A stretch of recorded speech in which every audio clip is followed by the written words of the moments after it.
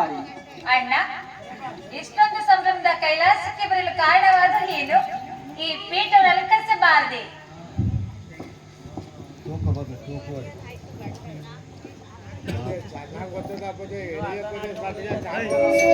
ಸಹೋದರಿ, ಕಗ್ಗಲ್ಲಿನಂತೆ ಕಟ್ಟಿರುವಾದ ಕಲ್ಲನ್ನು ಪೀಠವೆಂದು ನನ್ನನ್ನು ಕುಳ್ಳಿರಿಸುವೆಯಾ? ನಾನೇನು ಮಾಡಲಿ ಅಣ್ಣ? ನೀನಾದರೂ ಲಕ್ಷ್ಮೀಪತಿ, ನಿನ್ನ ಮನೆಯಲ್ಲಿ ಸುಖ ಸಂಪತ್ತನ್ನು ಅನುಭವಿಸುತ್ತಾ ರಾಜನಾಗಿರುವೆ. ನನ್ನ ಪತಿಯಾದರೂ ನನ್ನನ್ನು ಈ ಗುಹೆಯಲ್ಲಿರಿಸಿ ತನ್ನ ಮನ ಬಂದಂತೆ ಭಕ್ತರ ನೋಡಿಕೊಂಡು ಕಾರ್ಯದಲ್ಲಿ ತೊಡಗಿರುವರು. ನೀನೇ ಹೇಳು ನಾಗೋಣ್ಣ. ಸತಿ, ಏನು ಹೇಳಬೇಕು ಅದನ್ನೆಲ್ಲ ಹೇಳಬೇಕು. ಎಷ್ಟಾದರೂ ಅಣ್ಣ ತಂಗಿಯರ ಬಾಂಧವ್ಯವೇ ಬಾಂಧವ್ಯ. ಸ್ವಾಮಿ, ಒಡ ಹುಟ್ಟಿದರ ಬಾಂಧವ್ಯ ರಕ್ತ ಸಂಬಂಧಗಳಿಂದ ತುಂಬಿರುವುದು. ಒಂದು ಸರಿ ರಕ್ತ ಎರಡು ದೇಹಗಳನ್ನೇ ಸಂಚರಿಸುವಾಗ ಅದನ್ನೇನು ವರ್ಣಿಸಬೇಕು ಪರಮಾತ್ಮ?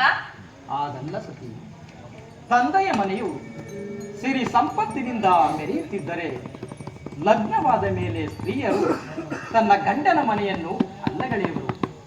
ಅಣ್ಣ ತಮ್ಮಂದಿರನ್ನು ಕಂಡರೆ ಅರ್ಧಪ್ರಾಯ, ಅಪ್ಪ ಅಮ್ಮಂದಿರನ್ನು ಕಂಡರೆ ಪುರುಷಪ್ರಾಯ, ತಂದೆಯ ಮನೆಗೆ ಹೋದರೆ ಪೂರ್ತಪ್ರಾಯ.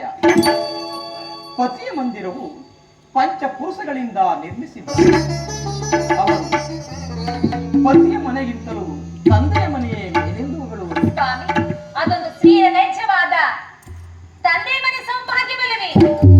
ಯಾವ ಸೌಭಾಗ್ಯವಾದರೂ ನಿನ್ನ ಭಾಗ್ಯವೇ ಭಾಗ್ಯ. ಈ ಮಂಗಳಕರವಾದ ಪರಶಿವನನ್ನು ಕೈ ಹಿಡಿದ ನೀನಲ್ಲವೇ ನಿತ್ಯ ಮಂಗಳಿಯು. ಕೇಳಿದ್ಯಾ ಸತಿ ನನ್ನ ನಾಡುತ್ತಿರುವ ಮಾತುಗಳನ್ನ? ನನ್ನ ಮಾತು ನನ್ನ ಭಾಗ್ಯ. ನಮ್ಮೀರ್ವರ ಬಾಂಧವೇನು ಭೂತೇಶ. ಈ ನಿನ್ನ ಮನೆಯೇ ಮನೆ, ಈ ನಿನ್ನ ನೋಟವೇ ನೋಟ. ಈ ಕನಕಮಯವಾದ ಪೀಠವನ್ನು ಕಲ್ಲೆಂದು ಹೇಳಿದ ಮಾತು ಈ ಅಣ್ಣ ತಂಗಿಯ ಸಲಿಗೆಯ ಮಾತಾಯಿತು ಪರಮೇಶ್ವರ. ಅದಿರಲಿ ಕ್ಷೀರಸಯನ, ನಿನ್ನ ಬರುವಿಕೆಯನ್ನು ನೋಡಿದರೆ ಏನೋ ಒಂದು ಕಾರ್ಯಾರ್ಥವನ್ನು ಸೂಚಿಸುತ್ತದೆ. ಆದರೂ ನಿನ್ನನ್ನು ನೋಡಿದಂತಾಯ್ತು ಬಿಡಪ್ಪ. ಆದರೆ ದಕ್ಷ ಸುತೆಯರ ವಿವಾಹ ಮಂಟಪದಲ್ಲಿ ನೋಡಿದ ರಜ್ಯ ಆ ಬ್ರಹ್ಮದೇವರು ಇಲ್ಲಿಗೆ ಬಾರಲೇ ಇಲ್ಲವಲ್ಲ? ಅಲ್ಲಿ ನೋಡು ಜಗದೀಶ್ವರ, ಕನಕಾದ್ರಿಯ ಬ್ರಹ್ಮದೇವನು ಬಹು ಸಂಭ್ರಮದಿಂದ ಇಷ್ಟಲೇ ಬರುತ್ತಿರುವುದು.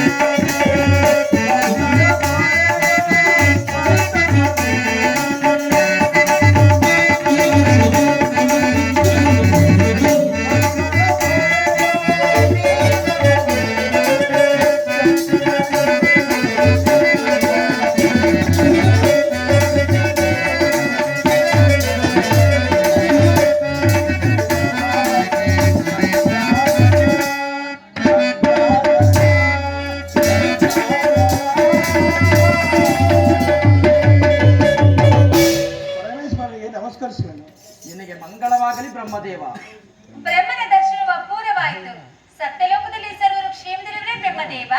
ಈ ಪೀಠವನ್ನು ಅಲಂಕರಿಸಿ. ನಮ್ಮ ಕಾರ್ಯದಲ್ಲಿ ಸೇವೆ ಒಳಗೆ ಮತ್ತೇನಾದ ಶಕ್ತಿ?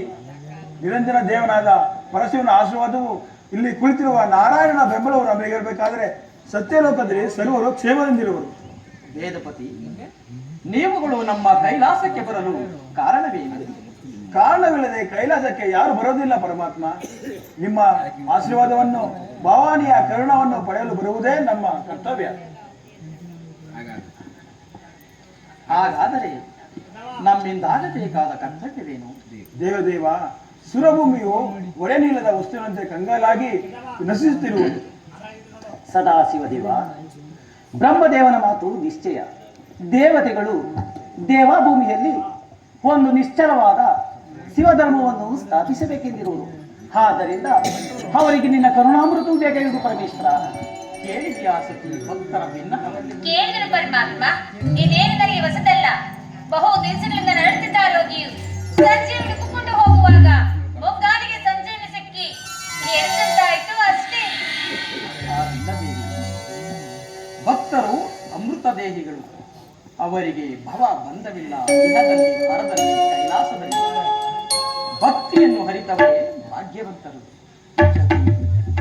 ನನ್ನನ್ನು ಶಂಕರ, ಈಶ್ವರ, ಗಂಗಾಧರ, ಜಗದೀಶ್ವರ ಎಂದು ಪೂಜಿಸಲ್ಪಡುವ ಈ ನನ್ನ ಭಕ್ತರು ನಿನಗಿಂತಲೂ ನನಗೆ ಇಷ್ಟವಾಗಿದ್ದಾರೆ. ಸ್ವಾಮಿ, ನನಗಿಂತಲೂ ಭಕ್ತರ ಕರೆತರಾದ ಮೇಲೆ ನನ್ನದೇಕೆ ವಿವಾಹ ಮಾಡಿಕೊಂಡಿರಿ?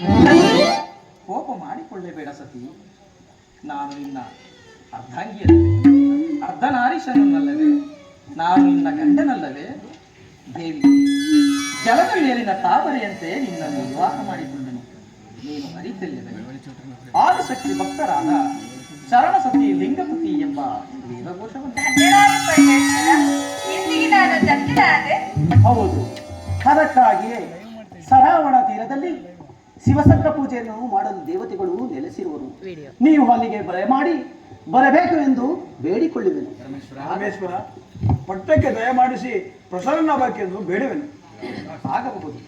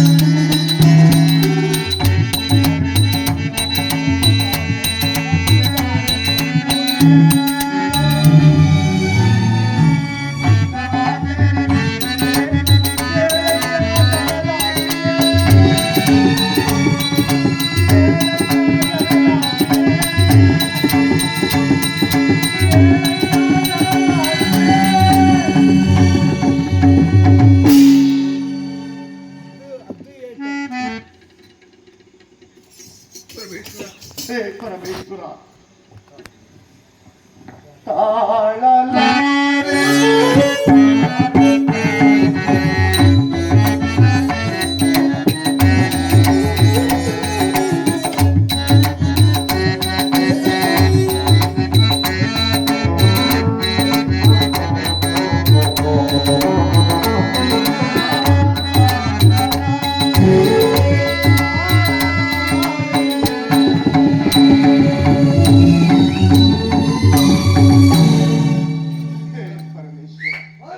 ಈ ಕಳಹೀನನಾದ ಚಂದ್ರಮನನ್ನು ಕಾಪಾಡಬೇಕೆಂದು ಬೇಡಿದೆನು. ಶಾಂತನಾಗು ಚಂದ್ರಮ. ಶಾಂತಿ ನನಗೆಲ್ಲಿದೆ ಶಾಂತಿ? ಚಂದ್ರಮ, ಶಾಂತಿ ಇಲ್ಲವೇ ಈ ಕೈಲಾಸದಲ್ಲಿ? ಈಗ ಶಾಂತವಾಯಿತು. ಕಂಬಹಾರನ ಕಬ್ಬಿಣದ ಉರಿ ಜ್ವಾಲೆಯಿಂದ ಉರಿಯುತ್ತಿದ್ದ ನನ್ನ ಉದರಾಗ್ನಿ ಪರಮೇಶ್ವರನ ದರ್ಶನದಿಂದ ಶಾಂತವಾಯಿತು. ಚಂದ್ರಮ, ನಿನಗಾಯ್ತೇಕಿ ಪರಿಭವ? ಅದು ಯಾರಿಂದ ನಡೆಯಿತು? ಸ್ವಾಮಿ, ಅದು ಇದನ್ನು ತಾನಾಗೆ ಸಂಭವಿಸಿದ ದಕ್ಷ ಬ್ರಹ್ಮನ ಶಾಪ. ದಯಮಾಡಿ ಕಾಪಾಡಬೇಕೆಂದು ಬೇಡುವೆನು. ಭಯಪಡಬೇಡ ರಜನೀಪತಿ, ನಿನ್ನನ್ನು ಧರಿಸುವೆನು ನನ್ನ ಜಡಜಾತ್ರವಾಗಲಿ.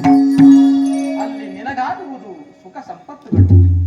ಇದು ಕರುಣಿಸುವೆನ ದಕ್ಷ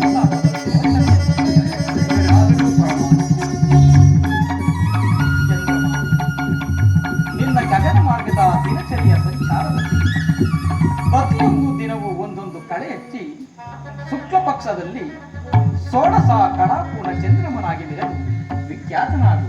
ಧನ್ಯನಾದನು ಪರಮಾತ್ಮ.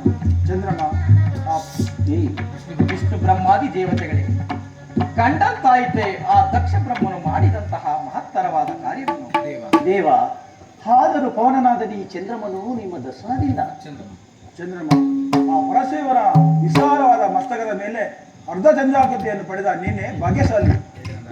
ಎರಡನೇದಾಗಿ ಒಂದೇ ಕಾಲದಲ್ಲಿ ತ್ರಿಮೂರ್ತಿಗಳ ದರ್ಶನವನ್ನು ಪಡೆದ ನಾನೇ ಭಾಗ್ಯಶಾಲಿ. ಭೂತೇಶ್ವರ, ಕಾಲಾತೀತವಾಯಿತು. ಸತ್ರಪೂಜೆಯ ಕಾಲವು ದಯಮಾಡಿಸಿ ಬರಬೇಕೆಂದು ನಿಮ್ಗೆ ಬೇಡವೇನು?